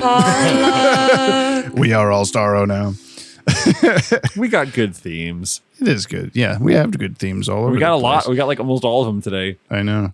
Yeah, I like. I was just thinking that while this was happening, they're like, "Oh, we've had the Kimmy mail theme for quite a long time, and it still slaps." It slaps like just box mac and cheese. Wow! If you want to reach out to us like the Fire Hand at the end of World's Finest Part 3, you can send a short ass email for your ass, or a 60-second voice message to batwagonpod@gmail.com. Or leave a comment on today's episode on Spotify or YouTube. But please do not spoil anything past this episode for Brian, okay? Okay. Brian OK is his full name. Speaking of which, again, haven't heard from Banana Man for some time. What the fuck's going on? He's not listening anymore. No, it's kind of. I hope not. I hope he's there. I hope he's just hiding out in the banana the banana hole somewhere. I don't know. This is comments and emails from last time. They're playing my song or Baby Lotions and Insulator. Feat Dylan Pollock. This is from Lock D. I'll admit that I messed up on why Aquagirl was in danger in my previous comment, but in my defense, when someone is being boiled alive, they don't just tread water with a neutral expression for several seconds and gently pass out. Maybe they wanted something more graphic originally, but standards and practices intervened? I don't know. Could be. Anyways, continuing off my previous list of nonsense. 1. Warhawk ejected from his armor and piloted it by remote control. No, he didn't. We see the moment the armor extends over his body. It's after he's grabbed onto the missile, unless he ejected earlier and had some inflatable hologram mannequin situation going on to make it look like he had exposed skin and arms in that thing while the real Warhawk was in the corner with the joystick. He 100% exploded. Yeah. Maybe there's 2 Warhawks. He has a twin. There's a second Warhawk on the grassy knoll. Yeah. Yeah. We both hate you. 2. Starro's plan was to have a bunch of baby starfish in the fortress in the Arctic and release them into the ocean to conquer the planet. First, Starro decided he needed to kill the Justice League, who didn't even know where the fortress was, didn't know anything about alien starfish, and most importantly, were not immune to being possessed. Why not just put a starfish on them while they were sleeping? Why try to kill them and draw attention to the impending invasion? Who knows? Great question. Because the episode got 1 draft. 3, the mechanics of starfish possession don't make any sense because the only way to explain Superman recruiting Terry to begin with is that Starro is not 100% in the driver's seat at all times. Superman was trying to get caught. Otherwise, since Starro has been on Superman for years, Superman shouldn't know anything about Terry Batman at all. He should have been a mindless puppet since before Rebirth Part 1, right? You know the timeline better than me. What we normally do in the timeline videos, if someone says years and it's vague like that, it means a minimum of 2 because to be plural like that. So Rebirth is 3 years before this episode. So theoretically, he could have known about Baby Batman before Starro jumped on him. But it's stupid, okay? 4, likewise, did Starro reproduce asexually a million times? He was the last of his kind in the zoo until a few years ago. Then he possessed Superman. Then he had an army. Did he birth these starfish out of Superman's butt? Where did they come from? Oh, that's a very good question. Aquagirl says Superman helped him cultivate these things. And it's okay. Sure. He watered them and planted them in his anus. But despite all of this, I like these episodes for as much as they needed another draft or 2. Wow. There we go. I'm glad they gave Terry the opportunity to fight / join Superman and his watchtowers. I'm a simple man. I don't need much. Yep, you hit the nail on the head, Lock D. We said all those things. You're the new Dylan Pollock. The Animated Arcade says, my very first CD, this is going back to Dylan's question last time, was the Simpsons soundtrack album, Go Simpsonic with the Simpsons. That was one that I mentioned. I knew half the songs before I ever saw the episodes they were from. Yes, me too. I anytime that I've been watching through The Simpsons from the start on Disney Plus for years now, because just very slowly. And every time something pops up, then I'm like, oh, I've heard this scene a lot, but I've never actually seen it before. It makes a lot more sense now. Grunge Hamster. What? Which must be a new one. Come on. Says, the relief I felt that they landed on Hanukkah rather than assuming Kwanzaa when they picked a holiday theme for the episode, only for the relief to turn to dread when Dinglehoppers came up. Sorry about that. Although you said you wanted to re-listen to the episode. I don't know if you did, but it was very fun. I was on a walk and I put it on and I forgot when the first Dinglehopper happens and it just pops in. I'm like, oh shit. Yeah, it catches you off guard. And I hope everyone went, what the fuck is going on, before they finally figure it out. This is from Austin Holmes. Thoughts on 212, The Call Part 2, or Batman Beyond v Superman, Dawn of the Return of Warthog. Hello, Jaybird by J.J. Johnson and Brick by Ben Folds 5. Hello. As always, I hope you guys are doing well with all fingers intact, no broken bones, and not melting or drowning from radical weather. Well, despite several near floods occurring on my area due to heavy rain, I've been doing very well the last week, especially since my wife, Mariana, just had her birthday. Happy birthday, Happy Aqua birthday, Girl. Mariana. She had a pretty good day filled with pancakes, hugs from in-laws, and multiple counts of cuddling a husky. Moving on to the episode I'm here for thoughts. That's a good thing. It's pretty great in my opinion. Starro is a cool villain for this story, especially considering the meta aspect of being the Justice League's first villain in the comics, and calling back to the main man from S-TAS was a cool idea. I liked the solution of sending them back to their home world via the boom tube, and I think it's a neat idea of having Terry reject joining the League as a permanent member. The Batman vs. Superman chase sequence is a major highlight for me, especially with the music. I always chuckle at Terry's speeding bullet line. I do question the line about Superman being possessed for years. Why did Starro Superman recruit Terry to the Justice League? Everyone's asking. Now, the most important part, he survived. Warthog returns. He didn't actually die. When I first saw this as a kid, it made me so happy that he was just a fake out death in the first part. I know it kind of makes the stakes go away, but I don't care. This guy looks cool, acts like a late 90s badass, and I just like him being the Wolverine to Terry's Spider-Man. The fact that that's a good description. The fact they get to now have this kind of budding friendship just makes me happy. I'm still hoping for a Warhawk action figure. Last thing before I say goodbye, for whenever the next time I write into you guys, if you could pick a character from any of the shows for a statue or figure, who would it be? Thanks for reading my email. Thanks for making my workday more fun and less annoying. And thanks for continuing to be awesome. I hope you have a great day. P.S. I promised a picture of my dog in the last message, so here he is. Oh, God, that's a cute dog. It's a dog. It's a husky cuddle right there. Yeah. I've always loved huskies' eyes. They're very they almost look like they're like evil, but then they're so happy to see. So it's just a cool looking dog. Huskies are very, they're kind of evil. They're chaotic. Everyone hates them. They're chaotic good. I love a husky. Yeah. There you go. I was thinking about that during the episode. That was like, oh, I wish there was a Superman figure with like the Starro on his chest. And then I looked up and he's literally on my wall. There is a Superman with Starro on his chest. This is a sign, Jamie. I have so many action figures that I forgot that I have this. That this is a sign that you need to stop buying things. This is a sign that you need to stop buying things. I don't know about that, honestly. This is a sign. And Brian's answer is nothing because he's minimalist and he doesn't want more stuff. So yeah, that's a great yes. Eliana Fernandez, dubbing fun facts numero 5, electric boogaloo boogaloo boogaloo Gohan Blanco completado. I hope you're happy, Dylan. I think that's exactly what he requested. Hello, Johnny of Bravo and Bakuru the second from Bloody Roar. I don't know what these video game references are. I'm so sorry. Ellie here with facts beyond any little white boy's imagination or something like that. I don't know about you, but I thought this two-parter was a pretty decent intro to the idea of La Liga de la Justicia, especially since most TV-only kids like myself were only aware of Los Super Amigos up until that point. I love this. Have I said this before? I love this. Like, making me say no, I'm just like I'm chuckling over here, and it's not that like any language but English is funny. It's just like I know I'm tickled by this. I really enjoy it. Yeah, getting to learn these things. Yeah. We start with the most straightforward, Linterna Verde, or Green Lantern. Aquagirl was spared the Batgirl school of localizing and was named Aquatica, although the concept of Aquachica is frying me right now. Oh my God.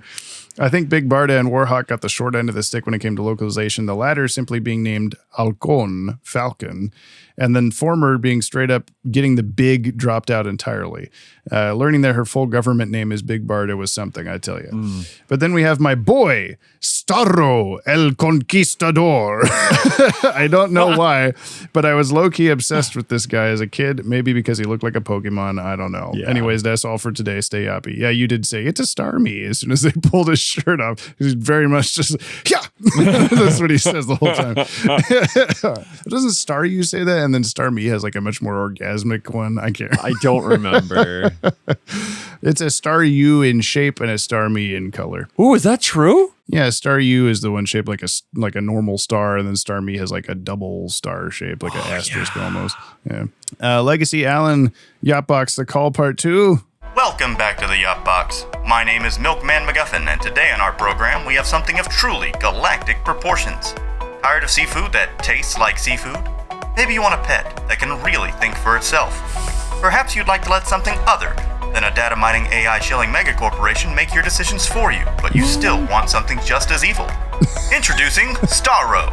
This revolutionary product is perfect for any aspiring doomer that wants to place the blame for their bad decisions on anyone other than their own shortcomings. Nearly killed one of your Watchtower allies? Starro did it. Replaced your vocal cords with your own father's? Starro did it. Started a telecommercial channel to shill legally dubious products snatched from across the multiverse? My lawyers will say Starro did it. Get yours today for the low, low cost of all accountability and free will today. After all, if you're already interested, you probably didn't have that much anyways. Very good, very good. The scripting is getting better on these. Yeah. That's like twice, basically 2 episodes in a row from Batman Beyond of being like, oh, I sound like my dad now. We're Talia and Rachel are cool. But there's no I called upon Kal-El to perform the ultimate sacrifice. And it's just Jarrell's body or whatever. This is from Austin Trousers. I only watched this podcast for the Banana Man. Where is he? Is everything going to be okay or not? Yeah, we don't know. I don't think it will be okay if he's just gone. Yeah. I hope he's here. Big questions. If you're here, you gotta let us know. Otawako from last time says, that was my first ever read comment, but second comment overall. Started listening since the first episode that had the Watchtower database fully tagged as a co-host with that one new at the time YouTube feature. The Call Part 2, or How is Batman Getting Home? I feel like the Batmobile has been destroyed more times in Batman Beyond than BTAS, despite being a supposedly higher tech car. Yeah.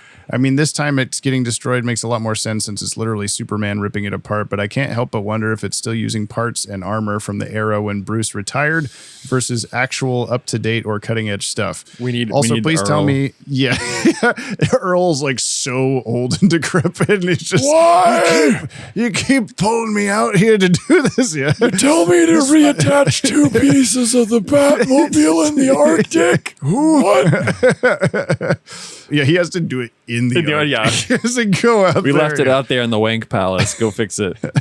Also, please tell me it wasn't just the streaming service, but was Superman phasing in and out of reality in that first confrontation scene? Yeah, he did phase. Good catch. Hopefully someone rates this episode using the silly, terrifying, budget-friendly, standing Mach 3 flying Supermans. There it is. Looking forward to hearing your thoughts on the episode. Oh, my God. This is from Kale, The Call Part 2, or sorry Kale. you've already gotten so much mail, but we gotta finish this. Hey, Jamstick and Brie, it's your girly pop. You're still doing this shit, Dylan? Shut up. Why are we doing this anyways? Because Mom and Dad want us to get along, and this is better than one of those damn sweaters. Well, go on. Say your damn crunchy rock shtick. Get it over with. Hey, I do good scientific research to get this shtick done. I do run a museum. No, you run a closet that you call a museum. You don't even get paid. How are you traveling so much? Size, color, and previous location are the same. Current location is destroyed. Damn it. And the vibes are now Independent Woman Part 1 by Destiny Strap. Awesome. Great. My turn. This was a fun episode, even if it was star. Why are you shaking your fists? No one can see it. It's the principle of the thing. Maybe it's a bit of a cop-out to have Warhawk still alive, though at least they provide a decent enough reason. Overall, a fun first showing for the Justice League, and hopefully we get to meet the less futuristic one soon enough. We're ending this. Just please stop using my goddamn work email. I've got important shit there. I think thank you, Kale, and other Kale, and whoever thank you are. Destroyed makes sense, but I was really hoping that it was going to be like shooting through space, and then we'd get that. Yep. The current location, flying through the stratosphere. I don't know. Bat-Wag email from Scott Cove, the call part 2, or sad Patrick no sponge. Yeah, there's a bunch of Patrick stars everywhere. Yeah. Hello, brother Bry and Jam.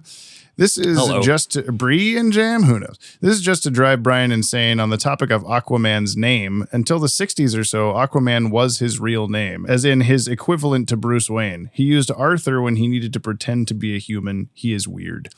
Also weird is Starro the Conqueror, who his really creepy first comic appearance is defeated by an ordinary teen thanks to him doing his chores and thus covered in lime, which starfish are apparently allergic to. I like his use. I should have looked this up. Is he a starfish though? He's a space starfish. Yeah, that's the same thing. He comes from Tim Burton. Yeah, Tim Burtonland. I like his use here, which changes his Cold War purpose into a metaphor for the breakdown in communication causing pain. Sent from Yahoo Mail for iPhone. Thank you, Scott. LexCorp cares. Our condolences. Hi, we here at Neo LexCorp are pretty psyched. The total cursplosion of Warthog. We will always fondly remember Warthog and bitterly remember the time he/she/they were the worst person in the room. As usual, you deserve one of the following death gifts. 1 ticket to the Gotham Seal Hole, non-refundable. A statue must be labeled Barda. $5 off from Neobath and Neobath and Neo Body Works. Insert personalized message. Wait, he's back already? From all of us at LexCorp. We're annoyed by Warthog's return. Thank you, LexCorp. Yop Tower database says shameless clowns stuffing themselves into a porta potty. Doesn't that pretty much describe what you two do already? Thank you so much. Yeah. Wait, what was that a reference to? When I was describing how clowns were going to be in a porta potty here in Astoria, and popping out of a porta potty. You've left your brain completely. It was overwritten by was it 6 or 7? I honestly can't remember of us jesters, 2 of which were on 5-foot tall stilts, cramming ourselves into a porta potty at the Ren Fair, a normal sized porta potty. So this happened to you after we talked about it? Yeah. Hold on. What is his Instagram? It's like Texas Toast Hands. I suspect it'll be up soon. Kylie? Yeah, go follow. I see the stuff. Yeah. Texas _Toast Hands, all one word. Go follow him. His name is Kylie, and he's wearing stilts. Just wonderful, wonderful, wonderful human.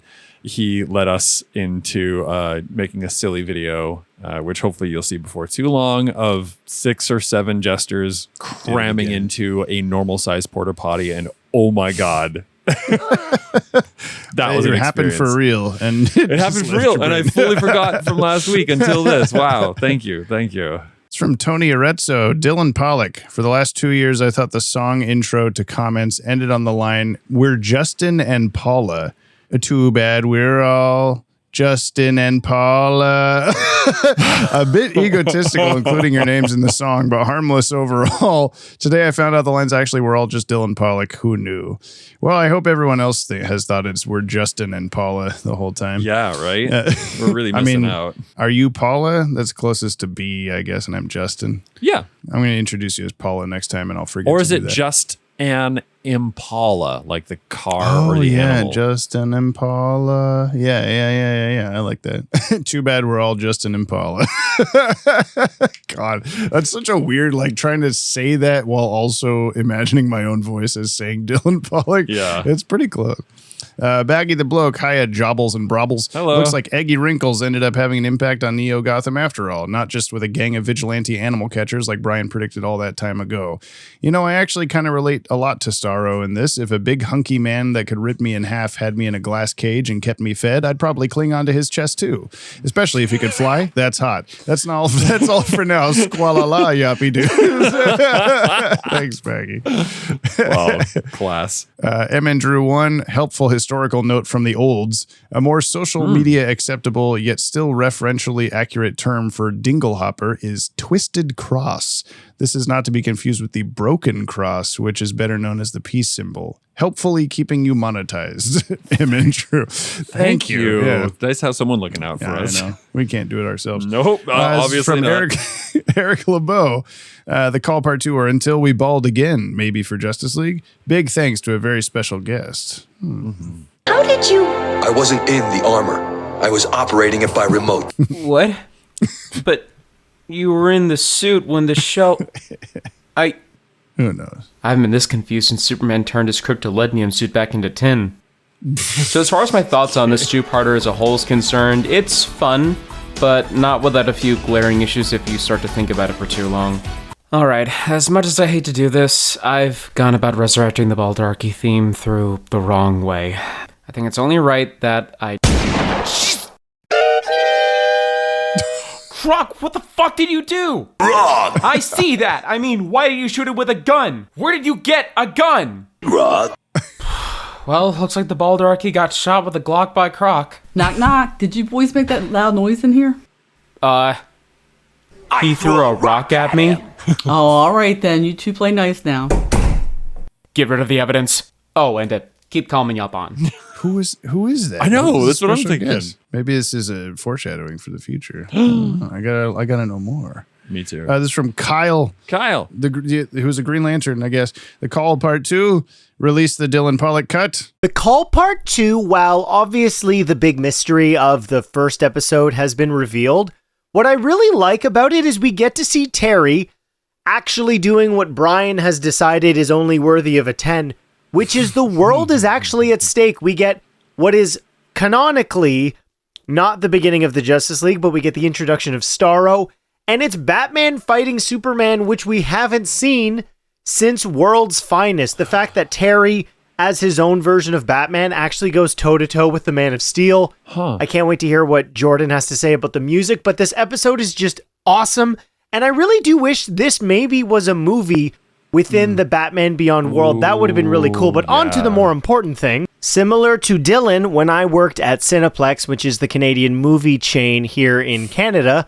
I made a parody album of Frozen that all had to do with stuff that we did when we worked at the theater. way. As an example, instead of Do You Want to Build a Snowman, we had Do You Want to Buy a Combo? So I love that this is a shared thing through the podcast. Keep up the great work. And Dylan, you need to release that album. Yes. We need like a whole playlist of everybody's, like mine, Dylan, Kyle's.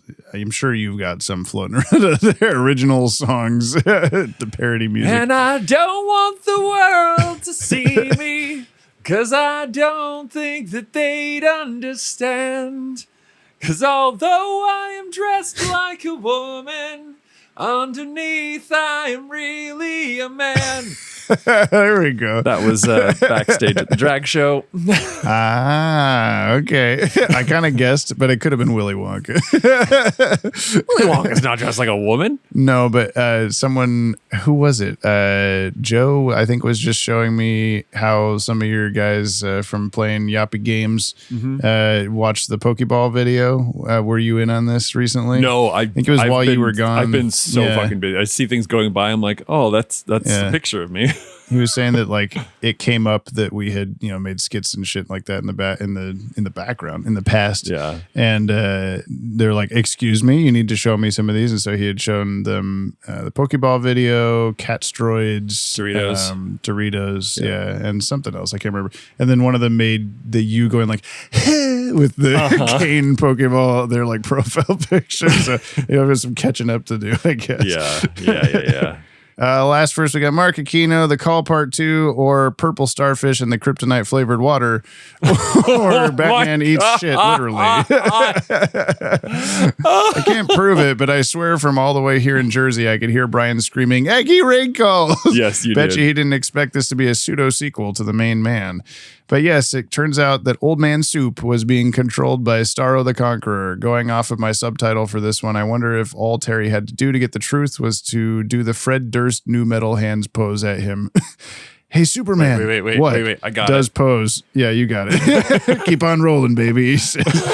Anyway, this is a fun episode. Overall fun two-parter. Probably going to get some use out of the "That's Not How That Works" button with the various uses of electricity. We did. Yeah. But hey, that's not a big, it's not a deal breaker. It wasn't. I like how every single person has had this exact same opinion of like, what the fuck was with all this shit? But, whatever. Boss Biggest Bear Hugs, the number one podcast host in this year multiverse of ours, James Lalali Strecker, and Brian the Mixed Tape Manili. Praise to our Lord and Savior Dylan Pollock. Keep up the great work on your own podcast. Remember to tell Gab that she rules. And we're back to basics. Likewise to all his loyal disciples, all the names, all the awesome sauce listeners of this Yoppie community of ours. You're all the absolute best. Don't you ever forget that. Anyone up for pancakes? This may be my new placeholder, not going to lie. Till next week, futuristic smoke bomb. Thank you so much, Mark and everyone else. Thank you, listeners. Lots of listener input on this, and everybody going, what the fuck happened with Warhawk? That doesn't make any sense. And half the people saying, what the fuck happened to Superman flying? Why is he a still? Superman.png, yes. We only have 5 episodes of Batman Beyond left, and the next episode is a Static Shock episode. It is called The New Kid. What do you think it's about, baby? A new boom tube, baby. No, actually. Well, I don't think there is a bang baby in this episode. I'll say the new kid refers to Static himself. So what situation do you think he has found himself in? Oh no, he's got transferred to another school, and now he's the new kid. It's a Christian school. Turns out the rest of the show is just like VeggieTales, but propaganda, but with Static Shock. Oh yeah, up until you said the Christian thing, that was 100% correct.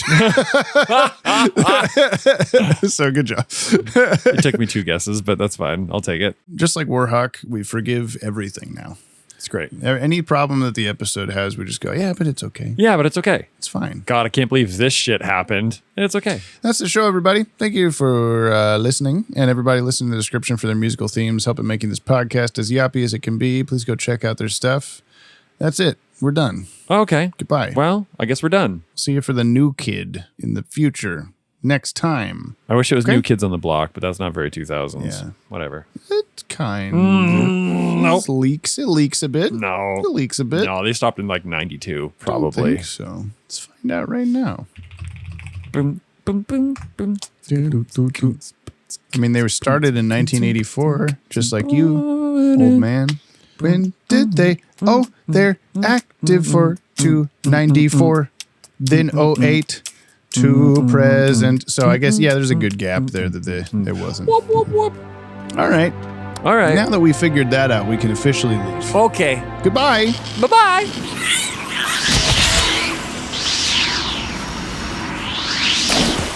Where should I boom them to? Some empty galaxy?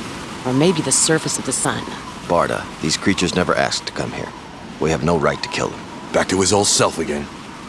We should send them home. But how do we know where that is?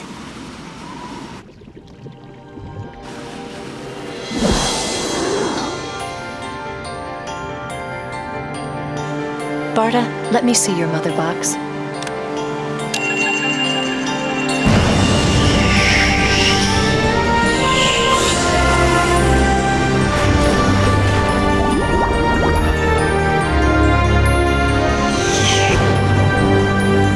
Well, kid, I gotta admit, I was wrong about you. An understatement. You saved the world. Think you can get used to it? You're saying you want me with you full time? We could really use you. I don't know. You guys play awfully rough. Come on. It'll put you one up on the old Batman. He never made it past part-timer. Yeah, he wasn't what you'd call a joiner. Maybe he and I have something in common after all. More than you think, son. More than you think. Jump on the Bat-Wagon is hosted and edited by yours truly, James Strecker, and co-hosted by yours Briley, Brian Manili. This podcast is brought to you by the Watchtower Database, your one-stop shop for all things DC Animated Universe. To send us a Yoppie beverage, nab some sick show merch, or support us on Patreon, you can visit the links in today's show notes. And thank you very much. Please leave us a 5-star review on your app of choice and follow us wherever you listen to never miss a new show. And we'll see you next episode, same PP time, same poo-poo channel.